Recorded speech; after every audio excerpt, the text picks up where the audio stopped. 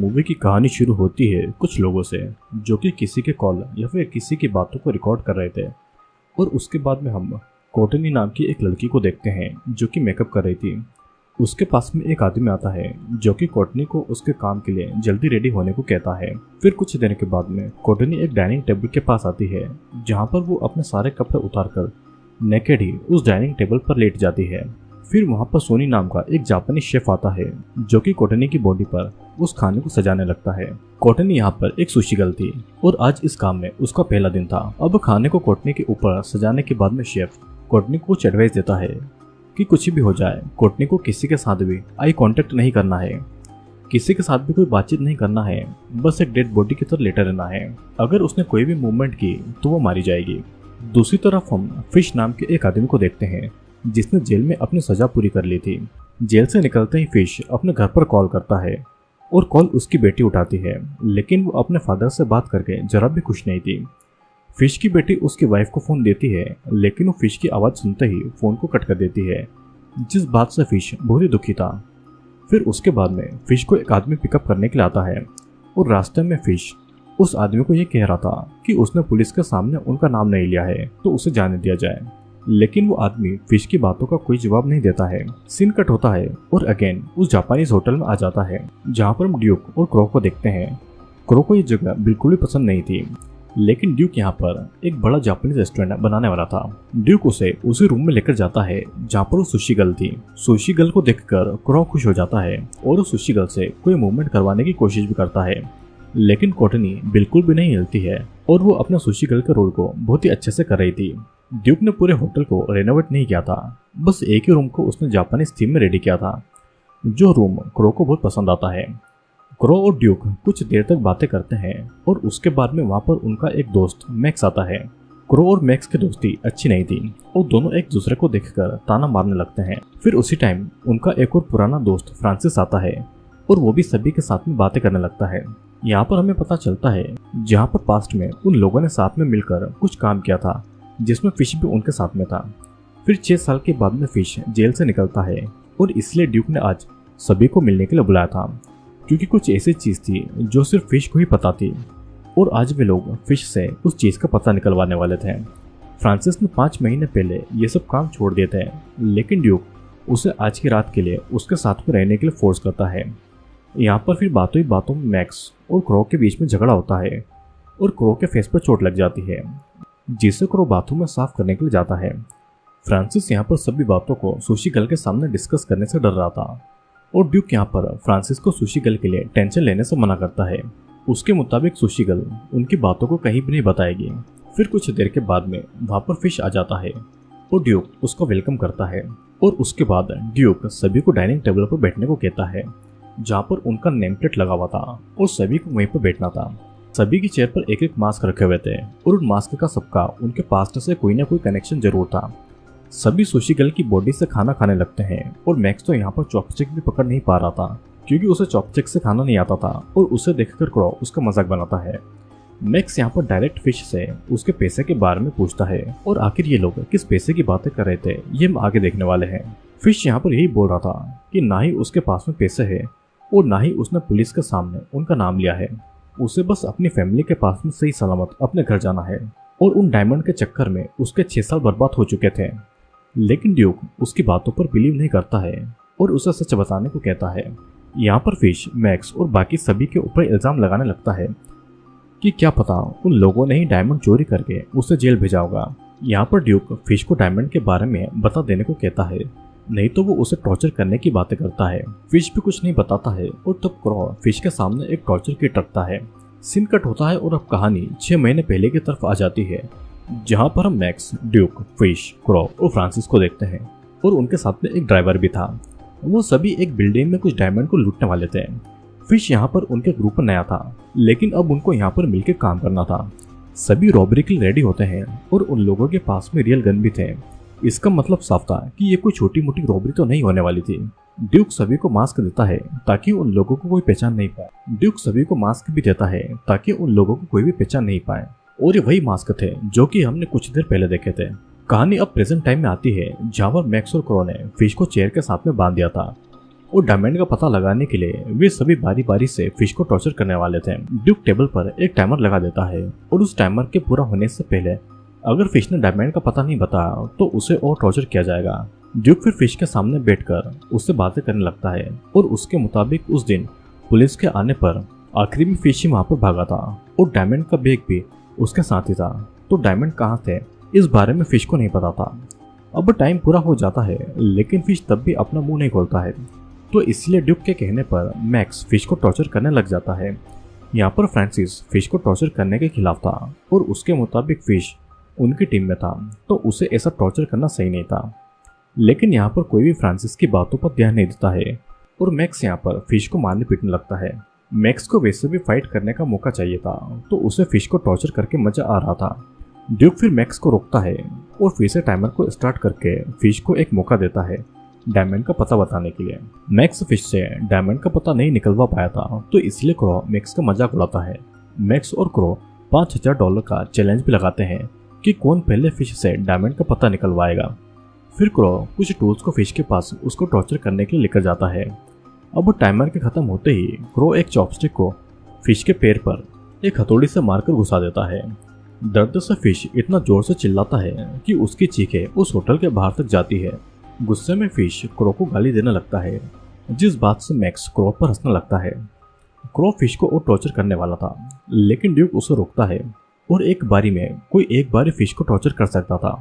Fish यहाँ पर crow को अभी भी गालियां दे रहा था तो इसलिए ड्यूक के रोकने पर भी क्रो हैमर से फिश को मारकर उसे बेहोश कर देता है। सीन कट होता है। वो कहानी फिर से पास्ट में उस रॉबरी के दिन पर आती है जहाँ पर कुछ लोग एक बिल्डिंग में करोड़ों के डायमंड की टेस्टिंग कर रहे थे। उसी बिल्डिंग के बाहर ड्यूक के टीममेट रॉबरी के लिए आ जाते हैं। सीसीटीवी कैमरा में उनको देखते ही वहाँ के गार्ड बाहर आ जाते हैं लेकिन रॉबर्स गार्ड को गोली मारते हुए बिल्डिंग के अंदर जाते हैं। फिर डायमंड टेस्टिंग करने वाला आदमी डायमंड को लेकर भागने वाला था लेकिन रॉबर्स उनको पकड़ लेते हैं। उसके आदमी डायमंड के बैग को अपने हाथ के साथ एक हैंडकफ लगाकर रखता है तो इसीलिए मैक्स उस आदमी के हाथ को काटकर बैग को ले लेता है। मैक्स ने बैग को फिश को लेने दिया था और इसी के साथ में स्टोरी फिर से अगेन प्रेजेंट टाइम में आ जाती है जहाँ पर क्रो फिश को होश में ला रहा था और बहुत टाइम के बाद में फिश होश में आ जाता है। यहाँ पर फिश को टॉर्चर होता हुआ देखकर फ्रांसिस को बिल्कुल भी अच्छा नहीं लग रहा था और ना ही वो फिश को टॉर्चर कर रहा था। मैक्स फिर एक बैट को लेकर फिश के पास में आता है और टाइमर के खत्म होते ही फिश को उस बैट से पीटने लगता है। यहाँ पर कोटनी को उनका ये सब काम देखकर डर भी लग रहा था लेकिन फिर भी वो जितना हो सके खुद को शांत कर रही थी। मैक्स की पिटाई से फिश का फेस पूरी तरीके से जख्मी हो चुका था और ड्यूक मैक्स को वहीं पर रोक देता है। यहाँ पर हमें यह भी पता चल चुका था कि फिश को डायमंड के बारे में कुछ भी नहीं पता है क्योंकि अगर उसे डायमंड के बारे में पता होता तो वो इतना भयानक टॉर्चर नहीं सहन करता। अब फिश से डायमंड के बारे में इंफॉर्मेशन नहीं निकाल पाने की वजह से मैक्स बहुत गुस्सा था और गुस्से में वो उस बेट को क्रो की तरफ फेंक देता है और लकीली क्रो उस बेट के वार से बच जाता है। ड्यूक फिर से टाइमर स्टार्ट करता है और इस पर क्रो फिश के पास में जाता है। टाइमर के खत्म होने पर भी जब फिश कुछ नहीं बताता है तब क्रो फिश के कई सारे दांत उखाड़ देता है। फिश को टॉर्चर करता हुआ देखकर फ्रांसिस को उल्टी होने लगती है और वो बाथरूम चला जाता है। यहाँ पर हमें पता चलता है कि फ्रांसिस अपनी सेफ्टी के लिए कुछ लोगों को अपने साथ में लेकर आया है जो कि होटल के बाहर एक गाड़ी में है और ये वही लोग हैं जिन्हें हमने मूवी की शुरुआत में कुछ वॉइस रिकॉर्ड करते हुए देखा था। फ्रांसिस ने अपने कपड़ों के अंदर एक माइक और एक रिकॉर्डिंग डिवाइस फिट किया हुआ था। यहाँ पर ड्यूक और बाकी लोग जो कुछ भी बातें कर रहे थे वो सब कुछ फ्रांसिस के आदमी बाहर सुन रहे थे और रिकॉर्ड कर रहे थे। फ्रांसिस को पकड़ जाने का डर भी था और बाथरूम में जाकर ड्रग लेता है और अपने बेटे की फोटो को देखता है। यहाँ पर हम देखते हैं कि क्रो एक के बाद में एक फिश के दांत को उखाड़ रहा था लेकिन वो भी फिश के मुंह से डायमंड के बारे में एक बात को भी नहीं निकलवा पा रहा था। तो इसीलिए गुस्से में मैक्स फिश को पीटने लगता है जिसकी वजह से फिश वहीं पर मारा जाता है। अगेन सीन कट होता है और कहानी फिर से उसी टाइम पर आ जाती है जहाँ पर रॉबरी करते हुए भागते टाइम उनकी गाड़ी का एक्सीडेंट हो गया था। जिसके साथ उनकी गाड़ी का एक्सीडेंट हुआ था उस गाड़ी का ओनर माइक उनकी कार के पास में हेल्प करने के लिए आता है लेकिन ड्यूक उसे गोली मारकर उसकी जान ले लेता है। फिर वहाँ पर पुलिस आने वाली थी तो इसलिए वे सभी वहाँ से भागने लगते हैं। उस एक्सीडेंट में उनका ड्राइवर मर चुका था और भागते टाइम फिश सबसे आखिरी बार मिलता है क्योंकि उसे अब पुलिस पकड़ लेती है। वहाँ पर डायमंड वाला बैग फिश के पास ही था तो इसीलिए सभी प्रेजेंट टाइम में फिश से डायमंड के बारे में पूछ रहे थे। अगेन प्रेजेंट टाइम में फिश को मरता हुआ देखकर सभी टेंशन में आ जाते हैं क्योंकि अब फिश के बिना उनको डायमंड के बारे में कैसे पता चलेगा।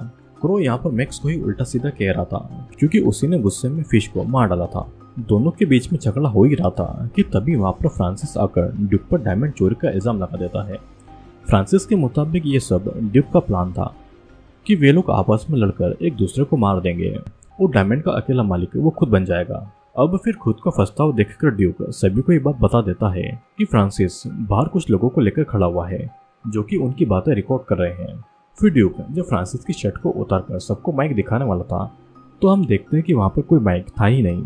फ्रांसिस को तो ये पहले ही पता चल चुका था कि ड्यूक को उस पर शक है, तो इसलिए बाथरूम जाते टाइम ही फ्रांसिस ने माइक उतार दिया था। ड्यूक पर अब मैक्स भी शक कर रहा था, तो इसीलिए गुस्से में ड्यूक फ्रांसिस को गोली मार के उसकी भी जान ले लेता है।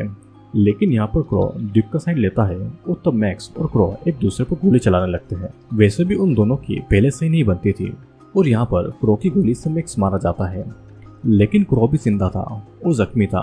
फिर ड्यूक अपना असली रंग दिखाते हुए अपने सबसे अच्छे दोस्त क्रो को ही मार डालता है। यहाँ पर अब हम देखते हैं कि इन सभी मर्डर की सिर्फ एक ही विटनेस बची हुई थी और वो थी वो सुशील कोर्टनी। लेकिन ड्यूक कोर्टनी को मारने से पहले उसका फायदा उठाने की सोचता है। अपनी आंखों के सामने इन सब मर्डर को देखकर कोर्टनी भी बहुत ही ज्यादा डरी हुई थी, लेकिन फिर भी वो अपने ट्रेनिंग के हिसाब से एक सोशिकल की तरह एक्ट कर रही थी। कोर्टनी की इस हिम्मत को देखकर ड्यूक उससे बहुत ही ज्यादा इंप्रेस होता है और ड्यूक कोर्टनी की बॉडी से एक खाने को उठाकर खाता है। वो जैसे ही उस खाने को खाता है तभी अचानक से ड्यूक की पूरी बॉडी पैरालाइज होने लगती है क्योंकि उस खाने में पॉइजन था। यहाँ पर हमें एक राज पता चलता है कि कोर्टनी ने शेफ को पहले पैसे दिए हुए थे उसके हिसाब से एक खाने में पॉइजन डालने के लिए। कोर्टनी फिर ड्यूक को और टॉर्चर करने लगती है, लेकिन अब सवाल खड़ा ये होता है कि आखिरकार कोर्टनी ये सब क्यों कर रही थी। और यहीं पर दोस्तों इस मूवी का सबसे बड़ा राज खुलने वाला था। हमें पता चलता है कि 6 साल पहले रॉबरी करते टाइम जिस कार से उन लोगों की कार का एक्सीडेंट हुआ था वो कार कोर्टनी के हस्बैंड की थी। वही कार का ओनर मैक जिसे ड्यूक ने गोली मारकर उसे जान से मार दिया था और उस टाइम कोर्टनी भी उसी कार में मौजूद थी। कोर्टनी ने ड्यूक के हाथों अपने पति को मरता हुआ देखा और डर के मारे वो कार में ही छुप गई थी। लेकिन जब फिश डायमंड बैग लेकर भाग रहा था तब बैग फट गया था और डायमंड वहीं रोड पर गिर गए थे और इस बारे में फिश को कुछ भी पता नहीं था। माइक को मारकर ड्यूक ने माइक की वेडिंग रिंग अपने पास में रख ली थी और प्रेजेंट टाइम में कोर्टनी ड्यूक के फिंगर काटकर माइक से उस रिंग को वापस ले लेती है जो कि उसके हस्बैंड की थी। अपने पति की मौत का बदला लेने के लिए कोर्टनी ने 6 साल से उन्हीं के चोरी किए हुए डायमंड से ये सब प्लान किया। पॉइजन के कारण ड्यूक पैरालाइज हो चुका था और कुछ कर भी नहीं पा रहा था और कोर्टनी उसे गोली मारकर उसकी भी जान ले लेती है। अब हम देखते हैं कि शेफ कोर्टनी के साथ में मिला हुआ था जो कि फ्रांसिस के लोगों को भी मार देता है और उस होटल के साथ फ्रांसिस के लोगों को पेट्रोल डालकर जला देता है ताकि पुलिस को कोई भी सबूत नहीं मिले। यहाँ पर कोर्टनी के साथ रहने वाले लोग और कोई नहीं बल्कि वही गार्ड थे जो कि डायमंड को गार्ड कर रहे थे और 6 साल पहले वे दोनों ड्यूक की टीम के हमले से बच गए थे। अब फिर शेफ वहाँ पर अपनी कार लेकर आता है और कोर्टनी कार में बैठकर अपना बदला पूरा करके वहाँ से चली जाती है और इसी के साथ में ये मूवी यहीं पर एंड होती है। दोस्तों इस मूवी में हमने कुछ रॉबर्ट को देखा जो कि ड्यूक, क्रियो, मैक्स, फ्रांसिस, फिश और वो ड्राइवर थे। आज से 6 साल पहले उन लोगों ने कुछ डायमंड की रॉबरी की थी, लेकिन रॉबरी करके भागते टाइम माइक के साथ उनकी कार का एक्सीडेंट हो गया था और उनकी टीम का ड्राइवर मारा गया था। माइक यहाँ पर उनकी हेल्प करने आया था, लेकिन ड्यूक ने उसी के ऊपर गोली मार दी। माइक की पत्नी कोर्टनी थी और उस टाइम वो कार में बैठकर ये सब देख रही थी। पुलिस को आता देखकर सभी रॉबर वहां से भाग गए थे और यहाँ पर डायमंड का बैग फिश के पास में था, लेकिन बैग फटकर डायमंड रोड पर गिर गए थे और फिश को पता भी नहीं चलता है। पुलिस ने फिश को पकड़ लिया था और उसे 6 साल की सजा हुई थी। फिर जेल से छूटने के बाद में बाकी टीम मेट ने फिश को टॉर्चर करके उसे डायमंड का पता निकलवाने की कोशिश की, जिस दौरान फिश उनके हाथों मारा गया क्योंकि फिश को खुद नहीं पता था कि आखिरकार डायमंड गए कहाँ। जब वो डायमंड रोड पर गिरे थे तो कोर्टनी ने उन डायमंड को अपने पास में रख लिया था और 6 सालों तक ड्यूक से अपने हस्बैंड माइक के मर्डर का बदला लेने के लिए उसने प्लान बनाया। ड्यूक जिस रेस्टोरेंट को जापानी रेस्टोरेंट बनाने के बारे में सोच रहा था तो कोर्टनी ने ड्यूक से दोस्ती बढ़ा ली थी और वो उसके रेस्टोरेंट की एक सोशिकल बन गई थी। कोर्टनी ने शेफ को पैसे देकर खाने में पॉइजन मिलाया और लकीली वही खाना ड्यूक ने खा लिया जिसमें पॉइजन था। और यहाँ पर हमने देखा कि कैसे एक पत्नी ने अपने पति की मौत का बदला लिया।